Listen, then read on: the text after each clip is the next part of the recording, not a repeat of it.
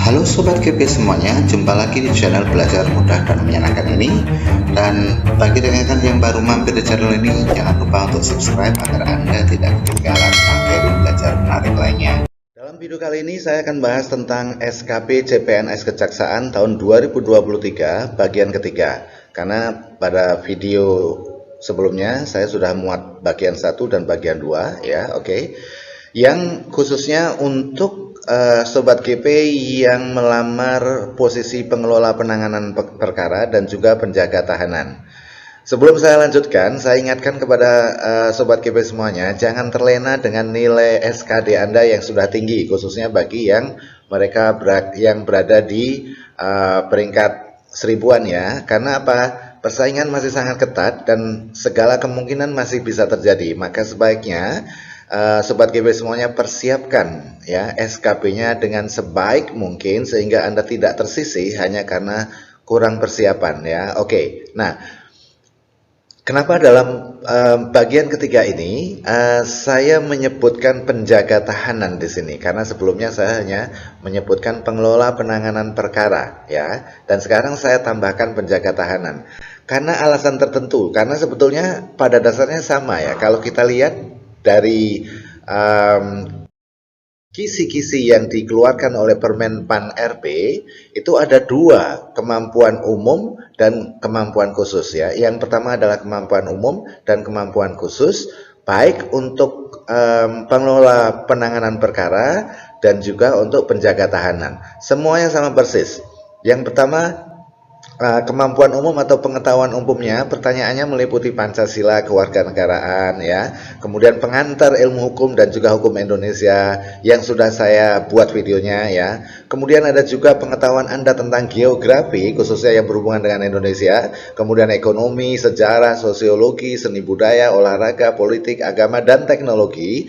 Dan kemampuan khususnya juga sama, kecuali kalau untuk pengelola sistem keamanan, maksud saya kecuali kalau untuk penjaga tahanan ada tambahan ya, ada tambahan kemampuan khusus yaitu pengelola sistem keamanan. Jadi pada dasarnya soal-soal yang saya sajikan kepada Anda itu bisa digunakan oleh mereka yang melamar sebagai pengelola penanganan perkara atau juga bisa oleh mereka yang melamar sebagai penjaga tahanan ya, Sobat GP semuanya. Jadi sama soalnya. Oke, kalau sudah mari kita lanjutkan ke soal-soal yang sudah saya persiapkan.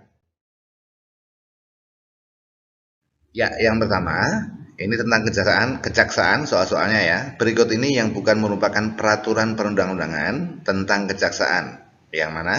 Apakah A, atau B, atau C, atau D? Iya.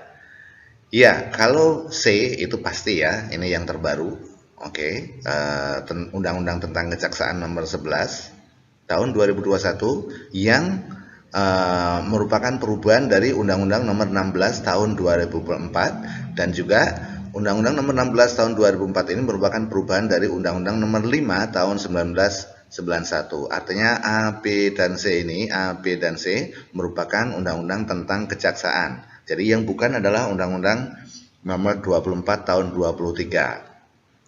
Kenapa? Karena Undang-Undang nomor 24 tahun 2003 ini adalah tentang Mahkamah Konstitusi ya. Oke. Ya. Berikutnya soal nomor 2. Hari lahir Kejaksaan Agung Republik Indonesia diperingati pada tanggal berapa? 20 Agustus, 22 Agustus, 2 September atau 9 Desember? Iya, yang benar adalah 17 hari setelah kemerdekaan Indonesia. Artinya tanggal 2 September. Oke. Kemudian soal yang 3, Jaksa Agung Republik Indonesia yang pertama siapa? Apakah Raden Gatot Taruna Miharja atau ST Burhanuddin atau Anwar Usman atau M Prasetyo? Jawaban yang benar adalah iya, Raden Gatot Taruna Miharja. Raden Gatot Taruna Miharja merupakan Jaksa Agung pertama Republik Indonesia. Ya, oke. Beliau sebetulnya diangkat atau ditunjuk secara definitif pada tanggal 22 Agustus 1945 ya, di sini 22 Agustus 1945. Tapi dilantik secara resmi pada tanggal 2 September. Oleh karena itulah maka hari lahir Kejaksaan Agung itu diperingati pada tanggal 2 September pada saat Raden Gatot Taruna Miharja dilantik secara resmi menjadi Jaksa Agung yang pertama. Oke. Nah, siapa itu ST Burhanuddin? ST Burhanuddin itu adalah Jaksa Agung yang sekarang. Nah, sementara siapa itu Anwar Usman? Anwar Usman itu adalah Ketua Mahkamah Konstitusi yang belum lama ini dicopot dari jabatannya karena skandal pelolosan Gibran sebagai wakil presiden ya. Masalah batas usia minimal untuk menjadi calon presiden ya. Oke. Karena diduga ada unsur nepotisme atau kepentingan atau konflik kepentingan atau conflict of interest ya, karena keponakan ipar maka dia diloloskan. Sementara siapa itu M. Prasetyo? M. Prasetyo itu adalah Jaksa Agung sebelum ST Burhanuddin atau pada awal jabatan Presiden Jokowi itu Jaksa Agungnya adalah M. Prasetyo. Oke, kemudian soal nomor 4, Jaksa Agung Republik Indonesia diangkat dan diberhentikan oleh siapa? A. Presiden dengan persetujuan DPR, atau B. Presiden dengan pertimbangan DPR, atau C. Presiden atas usulan MA, atau Presiden saja. Oke. Pengangkatan dan pemberhentian Jaksa Agung itu merupakan hak prerogatif dari Presiden ya. Oke, seperti juga pengangkatan dan pemberhentian menteri, artinya ini mutlak menjadi hak presiden, tidak atas usulan atau pertimbangan pejabat negara yang lain. Jadi jawaban yang tepat adalah delta. Oke. Berikutnya soal nomor 4.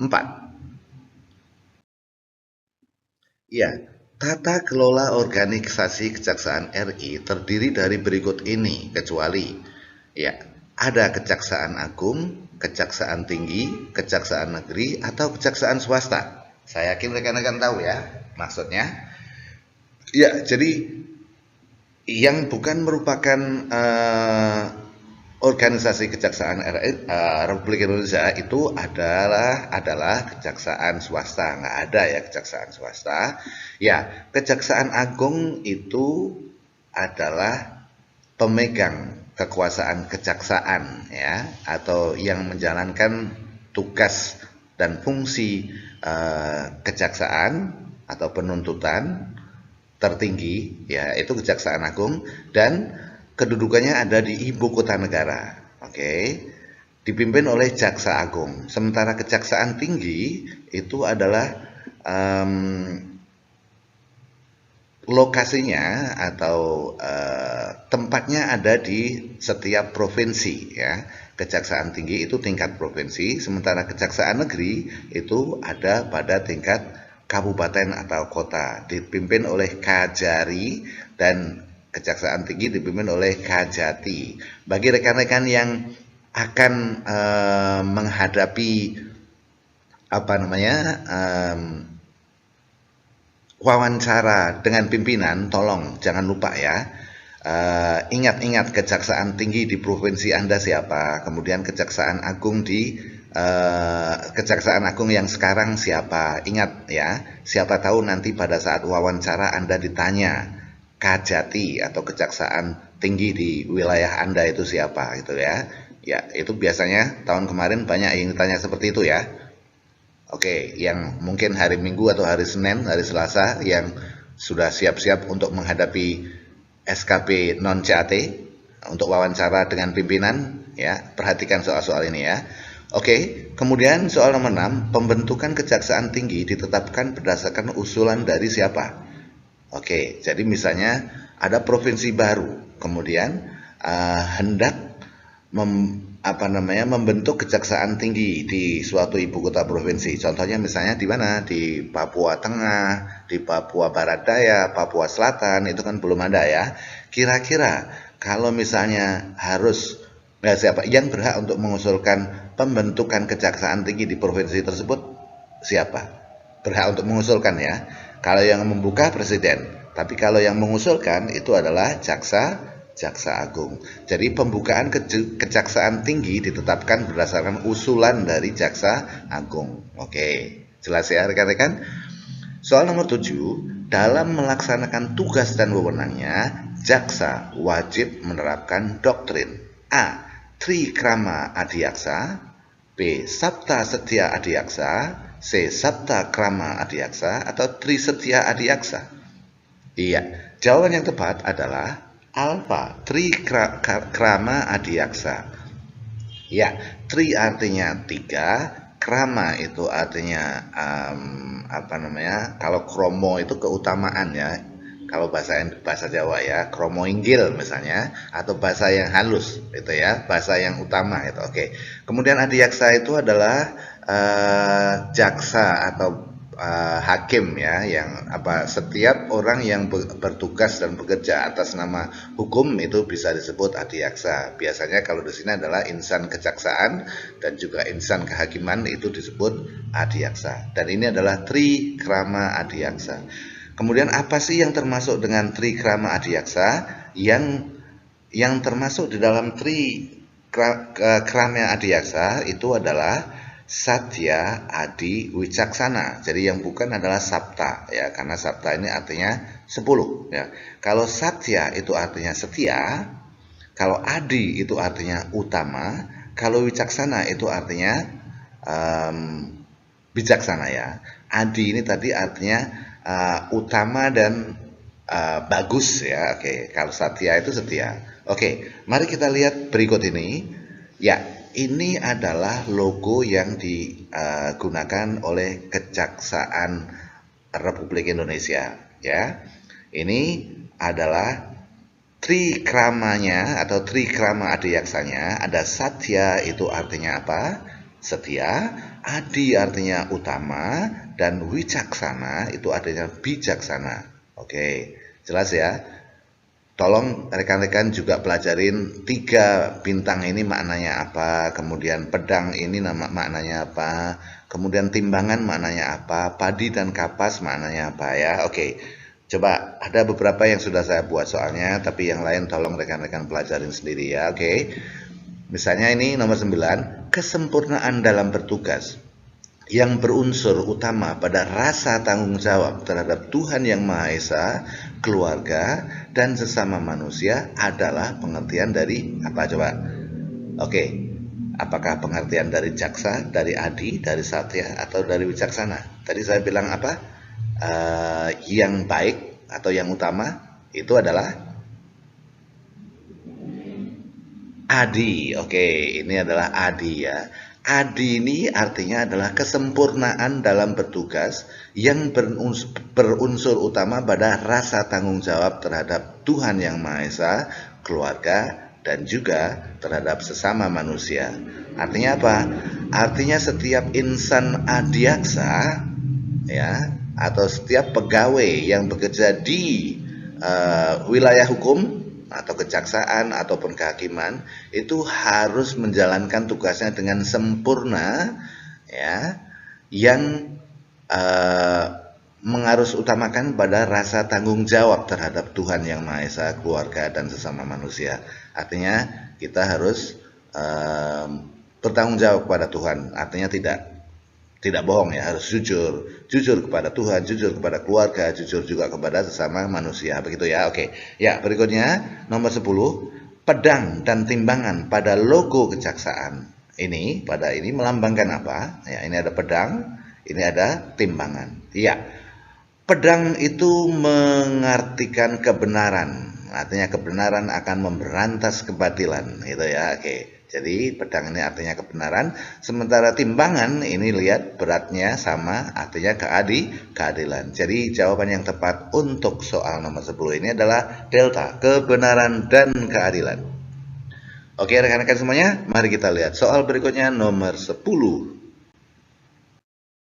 Iya, berikut ini yang bukan merupakan tugas dan wewenang Jaksa Agung adalah A. Menetapkan serta mengendalikan kebijakan penegakan hukum dan keadilan dalam ruang lingkup tugas dan wewenang kejaksaan. B. Mengefektifkan proses penegakan hukum yang diberikan oleh undang-undang. Yang ditanyakan yang bukan ya. Oke. C. Mengajukan kasasi demi kepentingan hukum kepada MA dalam perkara pidana perdata dan juga tata usaha negara. Atau D. Memberikan masukan tentang penegakan hukum kepada Presiden. Ya. Oke, ya, kalau Anda lihat di Undang-Undang tentang Kejaksaan, ya, oke, itu yang bukan merupakan tugas dan wewenang Jaksa Agung itu adalah delta. Oke, delta ya. Iya. Oke, soal nomor 12. Berikut ini yang bukan merupakan tugas dan wewenang kejaksaan dalam perkara pidana. Nah, khusus dalam perkara pidana, jaksa itu berwenang untuk melakukan penuntutan dan juga berwenang untuk melaksanakan penetapan hakim dan putusan pengadilan yang telah ingkrah atau memperoleh kekuatan hukum tetap. Charlie melakukan pengawasan terhadap pelaksanaan putusan pidana bersyarat, putusan pidana pengawasan, dan juga putusan bersyarat. Ya, betul. Yang bukan adalah memberi remisi kepada narapidana dan anak pidana. Ya, kalau orang dewasa disebut narapidana, kalau anak-anak disebut anak pidana atau anak bermasalah dengan hukum. Itu sebelumnya ya. Tapi setelah dipidana namanya anak pidana. Oke, jadi yang bukan merupakan wewenang kejaksaan itu adalah memberi remisi ya. Kenapa? Karena memberi remisi kepada narapidana dan anak pidana itu merupakan hak dan kewenangan dari Kementerian Hukum dan HAM. Oke. Remisi itu potongan tahanan ya, biasanya diberikan pada peringatan hari-hari besar seperti 17 Agustus, kemudian apalagi hari besar agama seperti Hari Raya Idul Fitri, Hari Natal, dan lain sebagainya ya. Oke. Baik rekan-rekan semuanya, ya, belum terlambat. Sekali lagi saya ingatkan kepada rekan-rekan yang sudah mendapatkan nilai bagus ya di SKD, jangan terlena, persiapkan diri Anda untuk SKP-nya ya. Kalau yang berminat silakan hubungin nomor ini ya, supaya tidak bertanya-tanya lagi di dalam bimbel online Zoom kelas online nanti atau kelas online Zoom nanti 5 kali ya Anda akan mendapatkan latihan soal PDF dan juga soal sesuai kisi-kisi ya. Oke. Ya. Oke. Terima kasih atas waktunya and thanks for watching karena sudah menonton, semoga bermanfaat and good luck. Wassalamualaikum warahmatullahi wabarakatuh.